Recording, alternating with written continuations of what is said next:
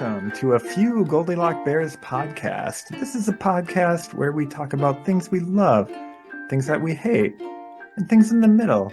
This could be things that we're indifferent about, that we're ambivalent about, that we're on the fence about. These are the gray areas of life. These are the things that aren't in the black and white, that they don't maintain to your precious polar opposites. Oh, this is Vincent Cloud. I'm John Nemitz. And I'm David Lauer. And before we do our topics of love, hate, and indifference, let's talk about old topics in a segment we call the Deja Fuse. Go ahead, John. Remember when I was trying to get us to call them fuelo-ups? All right. So quite a while back, I had a topic about how I was indifferent to generic positivity platitudes. You know, like you drive by a billboard that says like, "You got this" or something, and I just, that does nothing for me. However, what is like has been like surprisingly like a nice pick me up for me is my work. In our chat app, we have a channel called Fist Bump, and all people doing it all day is they say like at Vince Cloud and then like the fist bump emoji, and that's it. And like people just kind of go back and forth, and there's chains and all this stuff. But like it feels kind of good when your name gets called and somebody like gives you a fist bump, even though like I would never fist bump people in real life, but like just like being called out, like, "Hey, I'm thinking of you. Here's a little message for you." Like it's kind of nice. I So never if thought that would be something that's actually like meaningful to me, but it surprisingly is. so, what we need to do is put technology into windshields.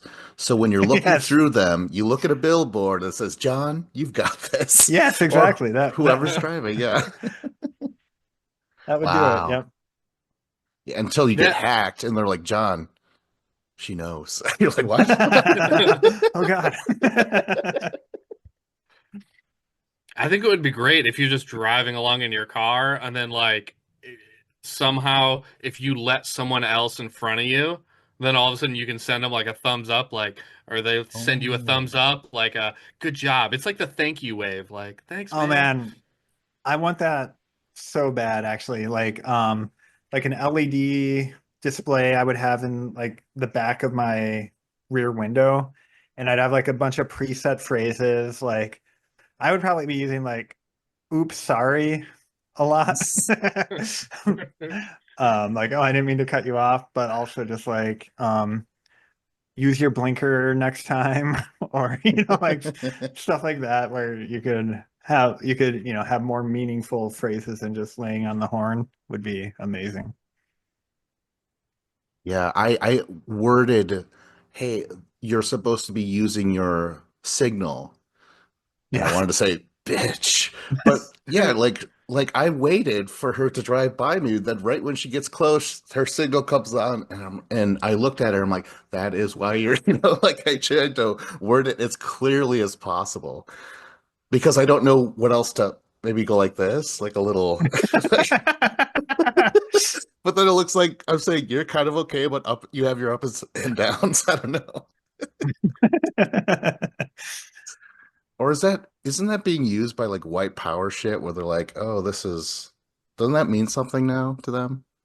Yeah, somehow it means KKK. I can't remember how though.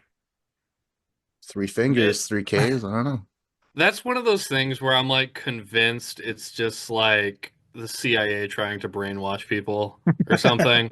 Where I'm like, I don't know, this is so weird. I don't buy it. Wait, you don't buy that the KKK are using that, or you don't buy that the KKK exists? No.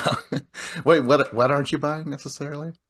I'm saying that some people like have done the okay sign because it means okay, Oh but yeah, for then they'll sure. find pictures of it and just be like, "See, this person is, they're racist and they're part of the KKK because they use this symbol." And it's like, I don't know. It's kind of a stretch. Like, can we just like look at their actions and see like if it seems like they do good stuff or bad stuff and not just like some random picture from 7 years ago? Right. Yeah, I don't think every time the OK symbol is used, it's a KKK thing. I would agree with that.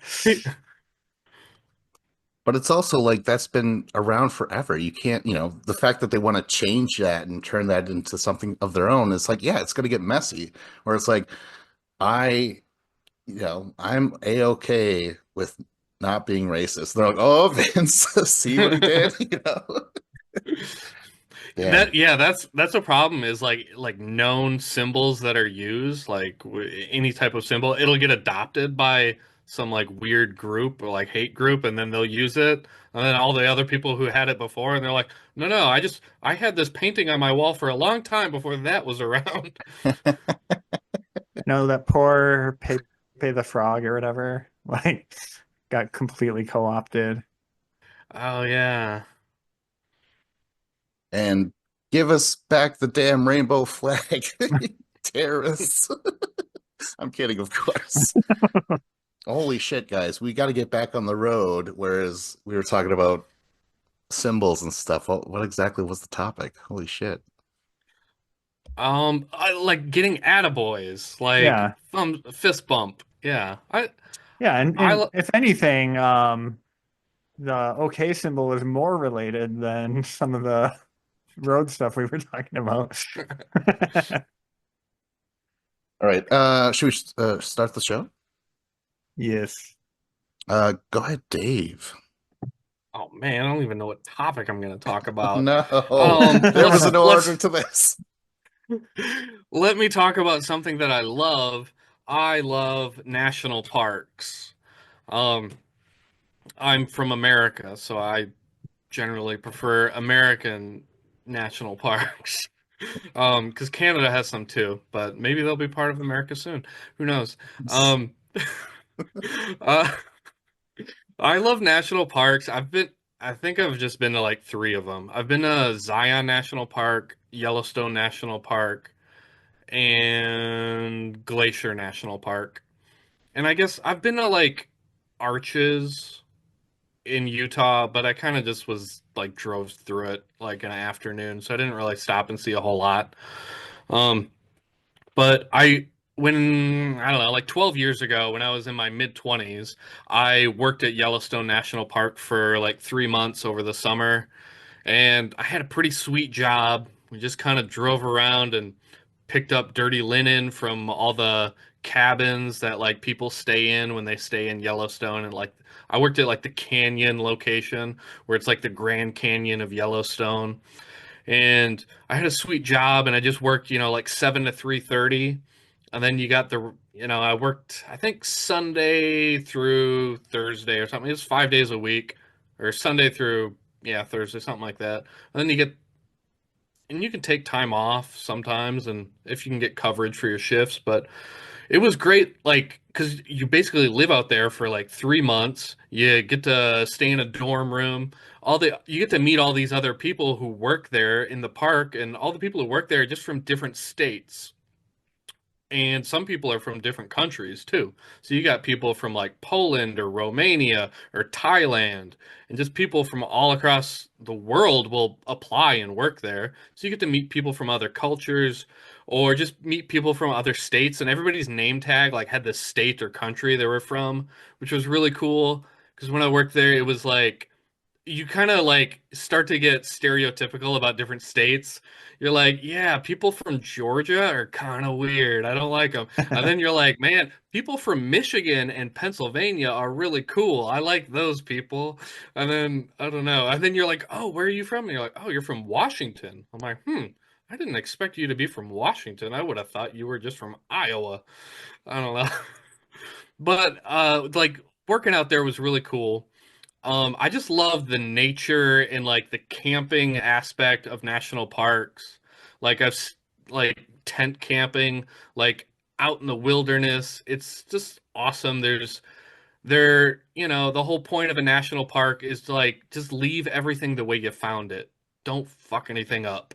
Like let the animals do their thing. Don't interfere with the animals in any way. And we just want to look at nature in the purest form. Like if we were to time travel back, 300 years, this is, what it would look like. And there's still, obviously, we've paved roads and put up buildings and stuff. But if you hike out on the trails and you're out there in the wilderness, like it's so cool and it's just amazing. Like the beautiful country that all these parks are in. Um, like the animals are great. Like I love Yellowstone because of the animals. There's tons of bison and there's bears and wolves and lots of cool stuff like that. And there's like geographic features like geysers that are awesome there. Um, Old Faithful, which I will subscribe to any conspiracy theory about Old Faithful possibly being rigged, and they just have like a water line hooked under there, and they turn it There's got a on. guy with like a knob and a stopwatch. Yeah, 'cause it's so consistent. I just don't Well, buy it. It has.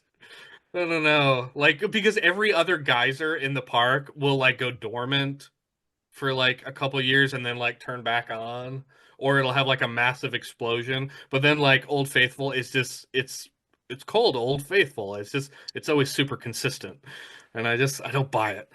But I don't know. So like as employees, we always talk about like the different conspiracy theories about Old Faithful, and you're like, there's got to be the secret bunker somewhere where all the water pipes are, and there's a guy. There's the Oz behind the curtain. Is that Basically what the like. hatch in Lost was all about? Yeah, exactly. He's got to push the button every 108 minutes. Oh, it's perfect. Yeah. And I love like in like Zion National Park, which is in like southern Utah near like the border of Arizona. It was so amazing. It's a lot smaller of a park, but like Angel's Landing is like one of the most iconic hikes you can go on. It's like super creepy and scary looking, like you could easily fall and die, which like adds to like the thrill of it. And like we were doing Angel's Landing, and then like clouds came over and it started to rain, and then the rocks are getting slick, and you're like, oh my God, like somebody could slip and fall. It was really creepy and scary at times, but it's so rewarding, like the rewarding feeling of like hiking like 4 miles up a mountainside and then getting to the top. There's no other feeling like it. um yeah, and there's so many other national parks I've never been to that I want to go to, like Grand Canyon. I'd love to go there. Yosemite would be amazing. Everything at Colorado, I have not explored Colorado ever, and I would love to explore a lot of that. um, yeah. So what do you guys think? I've never gone to one, so go ahead, John, take it away. Yeah, I was looking at the list, and I guess I've been to 10 of them. Looking back, Nice. I most of them were with my family. Like we growing up, we did all these kind of road trips with some other families. So my parents had a bunch of their friends who had kids and stuff, and they'd get in their vehicles and have like pull behind like pop-up campers or that kind of stuff. And we'd go to like Yellowstone or go out east to South Carolina and like went up to Maine one time, like all these different places, but you kind of stop and see the sights along the way. Um, so like Yellowstone was one I saw that way. The Was it the Great Smoky Mountains? Is that in the Appalachians, or is that separate from whatever? But it's that part of the country. Um, Other times went through like Redwood Forest in California. That was really cool with the giant sequoia trees and stuff. Of course, the Badlands in South Dakota. Um, the the classic Midwest trip is to go west and um, you go to the Corn Palace and the Badlands and Mount Rushmore. Not the ranking system, but the the monument. Um, One I was really surprised was a national park is the Gateway Arch in St. Louis, because that's like in a city and it's like not like an open land space like I would expect out of a national park, but apparently that somehow falls under their jurisdiction, which I thought was funny. Where? St. Louis, the arch, like Yeah. that, like the structure, like the man-made, like arch that you can go up in and stuff. Yeah. That's Wow. That's strange. weird. I feel like they must have somehow like had a handshake deal with like a congressman to like, hey, make us a national park. That way we'll get funding for this and we won't have to pay our employees. They're like, okay, I'll give you a couple cases of Budweiser. Wow, that is odd. All right, well then, since I've never been to any of these, what's a good beginner's national park? What would you say? I don't know about beginners. Like beginner would probably be whatever is the closest one, and Uh, just go there. But like I don't know, like Yellowstone just really strikes me as being one of the national parkiest national parks. okay, all Um, right. Is that the um, closest though? What's the closest no, to? definitely not the closest. Yeah, are there any in Wisconsin? There might not be I mean, we actually. got I some think there's arches here, man. I think there's a national forest possibly. But yeah, national Or parks maybe it's a state forest, I forget. might be the Badlands actually in South Dakota might be the closest one. Oh, really? Hmm. Oh, Voyagers. I've been there. 11. There, I didn't realize this was a national park up in northern Minnesota, adjacent to the Boundary Waters. There's a national park called Voyagers. Oh, cool. But yeah, like I highly recommend Yellowstone. And that's like you'll be like in your tent or in your camper or whatever, and there might just be like an American bison hanging outside of um your camp there, and you're kind of like, I should probably stay inside because I don't want this thing to charge me. Yeah, Um, really. from when, oh man, I was like, I must have been like 6 or 7, so my sister was 9 or 10 when we were in Yellowstone, and she was like walking and not paying attention, and she like slipped and fell in like a giant pile of buffalo shit. And so there's like photos of like just her like entire side of her body like covered in the buffalo shit. And like everyone from we were on this trip with like 5 different families, and my parents had their 40th anniversary a few years ago, and they had like what's a memory you remember from hanging out with the family, and like half of them were about my sister falling in the Oh my gosh. Oh, Old Faithful. You've seen it, John. Real or fake? oh no, there's no way that's real. Thank you. All right. I Glad you're on mean, my side. nothing could be that clockwork. Like it's impossible. All right. It's so amazing. Like Old Faithful is like the largest location in Yellowstone of like where people are staying, and it's this huge attraction. And then you see it, and you're like, "Oh, that's it." You're like, "Oh, I just was on a plane for 8 hours, and then I drove another 5 hours, and this is what we came. Oh my God!" And then it's like, it's like, when you go to Yellowstone, don't go for Old Faithful. Go there for camping out in the wilderness and going on hikes. You want to go on hikes on different trails, and you want to like bring your picnic lunch with you, and you want to. There's tons of people in Yellowstone. There's tons of tourists, but you have to find a way to get away from those tourists because you don't want to just be one of the people who are just stuck in the traffic on the roads. You got to find a place to park and just get out there and explore. Maybe hit Old Faithful last, so that way you're not all groggy and shit. Like, is that it? Oh, fucking, you know. Yeah. All right. I gotta shout out Grand Canyon. Don't just like go there and like look at it from the top because you will be underwhelmed. Make sure you schedule time to go hiking, and if you I haven't actually camped there, but people say that's really cool. You like hike down, camp at the bottom, and then hike back up or whatever. I've only done like a day trip there where we went down for a while and then walked back up. But you just that's the only way to really understand the scale of it is to like experience it that way, I would say. Segway challenge or got something else? Eh? No? Nothing like clockwork, Segway. Let's That's park this topic. okay. Go ahead, John. All right. I have a hate, and um my hate is when people are like trying to be like formal and like sound smart or whatever, but then they like say things wrong as a result.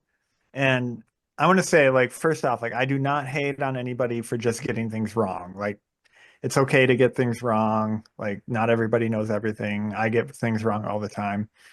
What I'm talking about specifically is where you're trying to be like formal and you're like trying to like really like um put the extra effort into like making it sound like you know what you're talking about and you get it wrong. So like some examples are like there's a lot of this in like business speak. Like people think it's more like formal or smarter to say like the word myself instead of me. So they'll be like, if you have any questions, feel free to reach out to Vince or myself and we can answer your question. It just always reminds me of like Austin Powers where he's like, allow myself to introduce myself. Um, Another one people always do is like when they're talking about time zones, they'll be like, oh yeah, call me at 8 o'clock Central Standard Time. But it's like the middle of the summer, so it's actually we're in Central Daylight Time at that point. And by like trying to be formal and add like the standard to it, you're actually like getting it wrong. Like these words have meanings. It's Central Daylight Time, but they're trying to sound um like more like they know what they're talking about. And then another example is, and maybe this is the root of it, but when people are trying to be formal and they'll call me Jonathan, and I'm like, that's not actually my name. Like my name on my birth certificate is John. So um, you're not formalizing anything. You're just making up a name that's not me at this point. Um, and again, not hating on just simple mistakes, but it's this specific thing where you're trying to make yourself sound smarter or something like that. Did you always know the specific, like know that they were wrong? Like for me, I'm sure I've said so many things wrong, and then eventually I'm like, oh wait, this is the proper way. These are the proper terms and stuff like that. Or was it always ingrained in you, John? Just know everything. Well, I don't know. Like, I guess when I want to say like a formal or precise thing, I'll usually like look it up because I don't want to sound stupid. Because I don't know, it's just like um it's so you can easily just say like Central Time or whatever, like to like add extra words to it that you're not exactly sure why they're there just always was seemed like a risky move to me. So I'm like, I know Central Time is accurate, so that's what I'm just gonna say. And then like I yeah, when looking into it, then I understood like, oh, it's standard time during the winter and then daylight time during the summer. Like because we recently switched our clocks. Yeah, because I was gonna say I probably have done this because if you find life, you're like, oh wow, life is very short and it can be boring. Why don't we just kind of flower up the conversation and throw in these terms that you vaguely have heard before? So I'm sure I've said that shit that I've heard adults use these words and I'm gonna use it. So I'm sure I've gotten plenty of that stuff wrong. So yeah, it does suck. I don't know, it would have to take someone to politely, hopefully, say like, "Oh, that's actually not correct. It's this over this." But that's kind of tough being that guy sometimes, you know.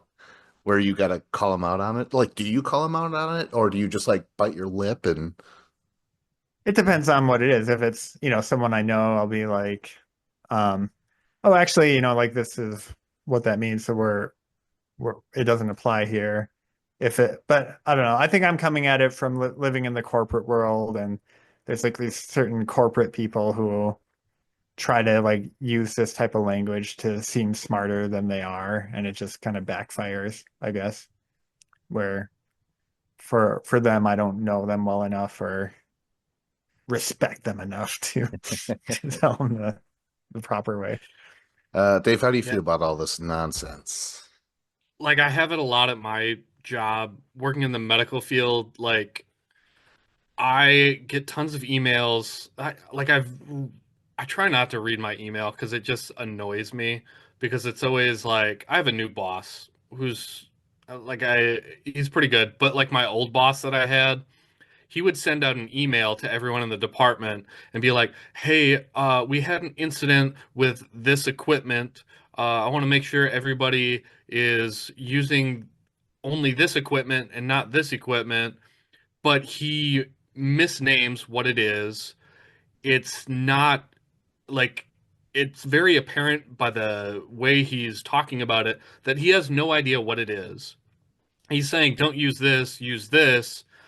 And it's just like, we don't use that equipment. That's the equipment like the ER nurses are attaching to the patient's IV. We don't start IVs, the nurses in the ER do. So like we're not going to adjust that stuff. That's out of our scope of practice. But like our manager thought that somehow like we're the ones who are putting that on, and we're like, no, we don't do any of that. And like his entire email just it shows that he has no idea what our process is, what any of these things are doing, and he just comes across as trying to give orders on something he has no idea what he's talking about. So everyone in the department just shakes their head and they're like, I just ignore it. He doesn't know what the hell he's saying. And he just comes across as an idiot when it's like you could have easily walked down the hall, asked a few questions. We could have filled you in on like how this works and what happened. And then you could have sent out an informed email where you didn't come across like a total idiot, but you just decided you wanted to write something without actually getting any information first. I had Yeah. one where it actually like cost somebody money. Like it was like just throwing in a phrase to try and sound smart. So in my line of work, things are pretty competitive. So if we go to work for a competitor, they'll actually like just lock us out immediately and be like, okay, well, we're going to make sure you don't steal any company secrets or anything before you leave. So, like typically, you can put in your 2 weeks notice and then they like lock you out of the system. So you get like 2 paid weeks of work where you're not actually working because you don't have access to anything. So one of my former coworkers at my previous company I worked for sent his resignation letter, and just like because it sounded smart, he wrote the phrase effective immediately. So Oh basically, he was no. like not putting in 2 weeks. He was quitting immediately, and he lost out on 2 weeks of pay because he wanted to like put in that phrase that sounded cool. Ouch. What an idiot. Just Yeah, lost out on 80 hours. yeah, exactly. Wow.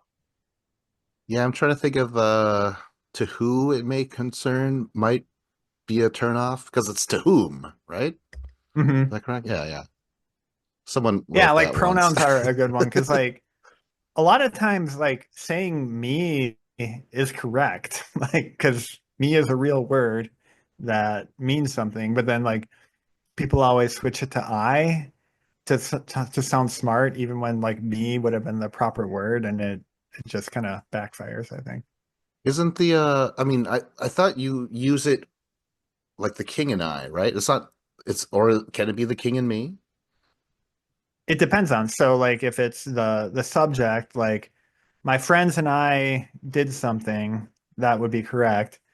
And then if you say this happened to my friends and me, then that would be correct. It depends on if it's like the object of the sentence or the subject of the sentence. Ah, Are you the okay. one doing the thing, or are you the one having the thing done to you, basically, Oh my gosh. is Yeah, where you should use I or me, but people just think that me is always wrong or something, even though it's right approximately half the time.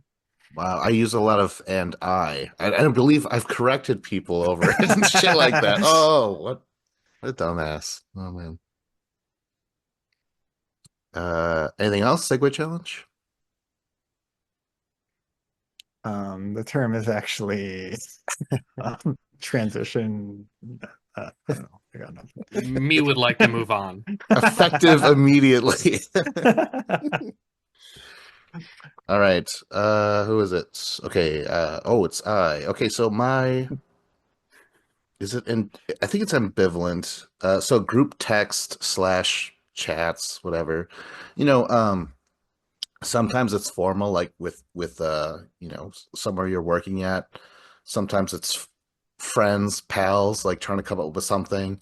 So that can be fun either way. You're seeing people's response. You're like, oh, that's a total Debbie thing to say right there, you know. And usually it's important, but then quickly people lose focus. You know, people argue. If you're not there at the beginning of all that group stuff, you have to go back and read all that shit, and it's worse if someone is just like forgets and just does jokes or something like meaningless shit, and they're just responding to that text, and you're like, dude, you guys are way off topic right now, you know? And if you aren't even aware of it, or maybe you're busy, the constant notifications because Jordan just had to send a GIF, you know what I mean? Or a GIF. I don't really remember. But like he just had to send it, and you're just like, another notification. Like it's so annoying.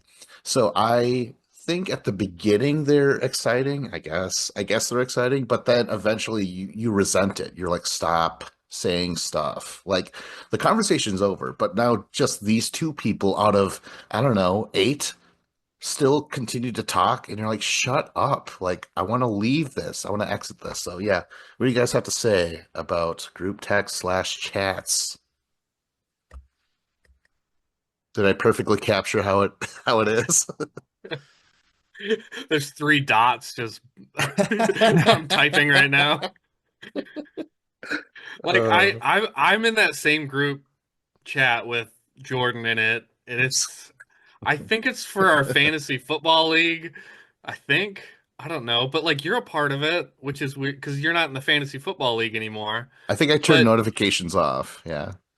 I I turn it on sometimes because sometimes like James or Eric or Matt will say something that I want to like hear about and it's funny.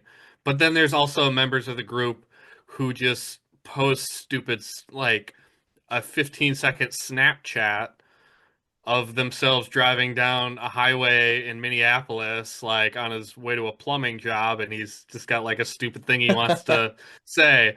And I'm just like, what? Why are you posting this? And like, no one will respond to it. No one will even like it. And it's like, okay, no one's responded to these for like 3 years. Like, stop posting these weird posts. Like, if you have something you want to ask everyone, like, hey, blah, blah, blah, like, then it's okay.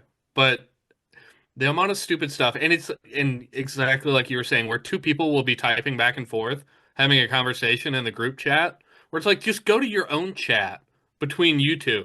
Nobody else needs to see this. I'm I'm on my phone and I'm like, okay, I'm gonna turn on notifications for the group because the Packers are playing right now, and I want to hear what people are saying about the Packer game.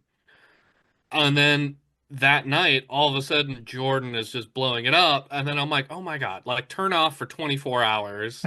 And then I forget about it. And then 5 days later, all of a sudden, I'm just getting all these MSN or Facebook Messenger notifications. And I'm like, it's horrible and I hate it. And it's like it happens with like family members and just texts where it's like, hey, we're having a birthday party for so and so, and there's 10 people in it. And all of these, I don't even know who these people are because it Yeah. doesn't tell me. It just shows me their phone number and they're responding. And I'm like, I don't know. Like, how can technology not be like, hey, like this is probably their name or something? Like, I don't know. At least make it shareable, your username to group text or something. I don't know. But they're the worst and I hate it. And yeah, I don't know. I just hate it. Yeah, I have certain ones I like because they're infrequent enough that when they bubble up, they're usually entertaining. But some of them are like super annoying. And um, I brought up as a hate, or not a hate, but just an indifference from time, like about like how fast is my internet connection, mainly because of this one group text I have with my coworkers where it's just like once a month it seems like someone talks about like some stupid new piece of like networking hardware they bought for their home lab, and then everyone has to like spell out like what their equipment is in their home lab, and like I'm a fucking computer nerd and I don't give a shit. like oh, I got this switch, it's 100 gigabits that can do this much download in this many seconds. Like, oh, well, I got this one and it's not as fast, but it has these protocols and it can do blah, blah, blah. I'm like, who gives a shit?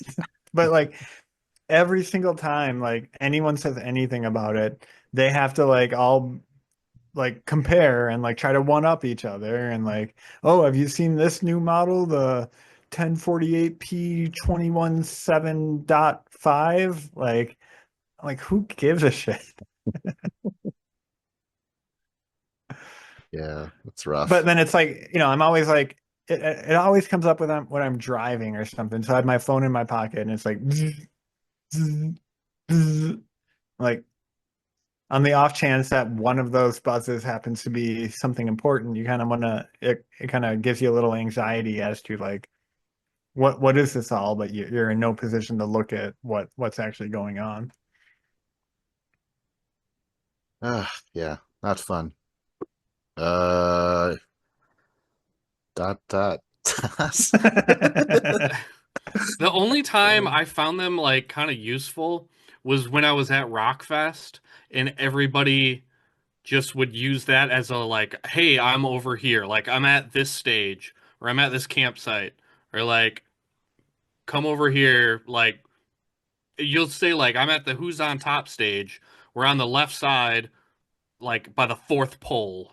And then you're like, okay, then you know exactly because there's a sea of like 10,000 people.